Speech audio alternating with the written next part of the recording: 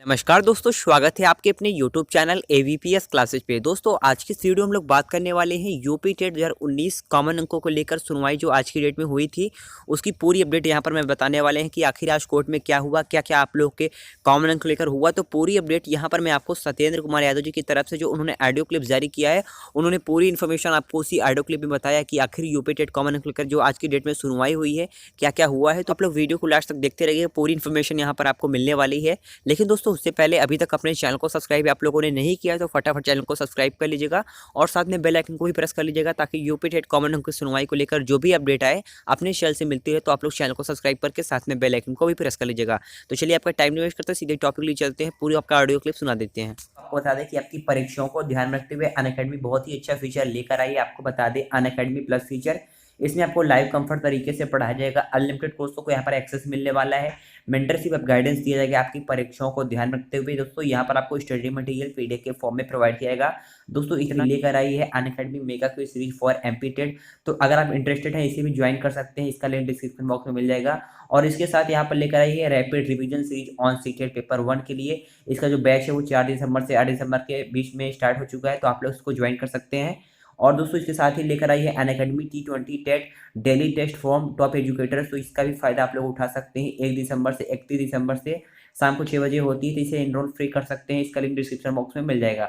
दोस्तों सब्सक्रिप्शन को लेकर कितना कॉस्ट आपको देना पड़ेगा तो यहाँ पर आप दिखा दें। अगर आप 1 महीने के लेते हैं तो 1200 रुपये, 3 महीने के लेते हैं तो 3000 रुपये, 6 महीने के लेते हैं तो 4800 रुपये, 12 महीने के लेते हैं तो यहाँ पर 6000 रुपये और 24 महीने के लेते हैं तो यहाँ पर आपको 7200 रुपये पे करने पड़ेंगे। दोस्तों अगर आपके पास पैसे कम है तो आप लोग रेफरल कोड में AVPS क्लासेस डालिएगा, वहाँ पर आपको 10% डिस्काउंट मिल जाएगा। दोस्तों सभी सब्सक्रिप्शन का लिंक डिस्क्रिप्शन बॉक्स में प्रोवाइड करा दिया है, तो आप लोग डायरेक्टली ज्वाइन कर सकते हैं। नमस्कार, मैं सत्येंद्र कुमार यादव। उत्तर प्रदेश शिक्षक पात्रता परीक्षा गलत प्रश्नों को लेकर मामला माननीय इलाहाबाद हाई कोर्ट में विचाराधीन चल रहा है, जिसपे एक फाइल हमने और करवाई हुई थी अंजू रानी 28 अदर के नाम। तो आज इस केस पे सुनवाई हुई। आज डेट लगी हुई थी 10 दिसंबर को और अपनी सुनवाई 81 number bench justice Yashwant Verma ji के बेंच में थी। और साथ ही हम आपको एक बात बताते चलें कि पूरे इलाहाबाद हाई कोर्ट में सारे केस पे और सारे बेंच में जो भी सुनवाई हो रही है वो सुनवाई ऑफलाइन हो रही है, लेकिन जो आज अपनी बेंच की सुनवाई हुई वो ऑनलाइन हुई, क्योंकि जस्टिस यशवंत वर्मा जी ही एक अकेले ऐसे शख्स हैं जो पूरे इलाहाबाद हाई कोर्ट में ऑनलाइन सुनवाई कर रहे हैं अपने चैम्बर से। तो आज अपने मामले की सुनवाई ऑनलाइन ही हुई। जो अपने वकील साहब अनुराग अग्रहरी जी केस को लेके चर्चा किए, बहस किए, और उस चर्चा में आज मामला ये सामने आया कि जब वकील साहब ने ये कहा कि भाई उत्तर प्रदेश का सिमिलर मैटर है, इसे जो पहले केस है उसको टैग कर लिया जाए, तो फिर उन्होंने ये कहा कि इसे हम टैग नहीं करेंगे और इस मामले को वो अलग से सुनना चाहते हैं। ठीक है, उन्होंने कहा कि मैं अलग सुनूंगा, आप इसके बारे में बताएं और कोई ऐसा प्रश्न बताएं जिसपे हमको ये लगे कि हमें आयोग को नोटिस भेजना चाहिए।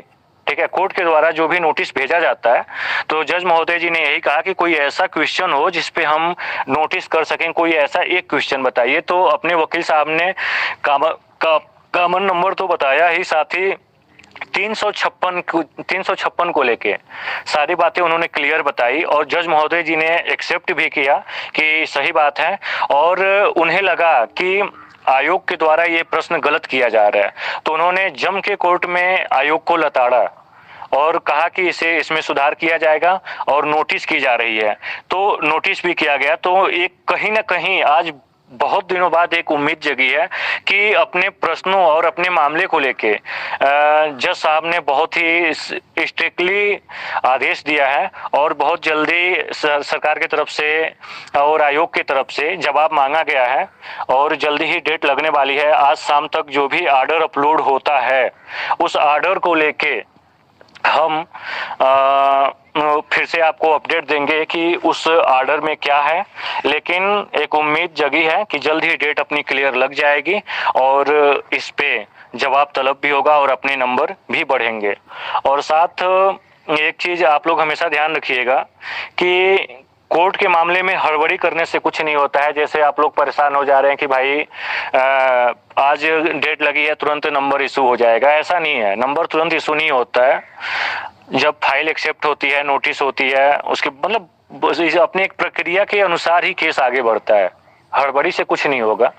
तो हम अपने तरफ से लगातार प्रयास कर रहे हैं, जितना हो सके हम प्रयास कर रहे हैं और पूरी कोशिश है कि जनरल ऑर्डर आए, पूरे प्रदेश के भाई बहन को लाभ मिले। और मैं अपने इस अथक प्रयास से कभी पीछे नहीं हटूंगा। पहले भी खड़ा था, आज भी खड़ा हूं, हमेशा खड़ा रहूंगा और लड़ता रहूंगा आप लोगों के लिए। तो इसमें देखिए, एक बात का ध्यान रखिएगा कि जब भी नंबर बढ़ेंगे तो जो भी 1 नंबर, 2 नंबर, 3 नंबर से भाई बहन फेल हो रहे हैं वो सभी लोग पास हो जाएंगे। लेकिन हमें अपने तरफ से अपने कर्म करने पड़ेंगे। जैसे कि आप लोगों को पता है कि सीटेट सामने पड़ा हुआ है, यूपी टेट भी आने वाला है और इसके बाद सुपर टेट भी आने के चांसेज हैं। तो हम अपनी पढ़ाई को कहीं भी विराम न दें, हम अपनी पढ़ाई कंटिन्यू जारी रखें और इस उम्मीद में न बैठें कि कोर्ट के द्वारा नंबर इशू हो जाएंगे, हम बस पास हो जाएंगे। ये तरीका गलत है।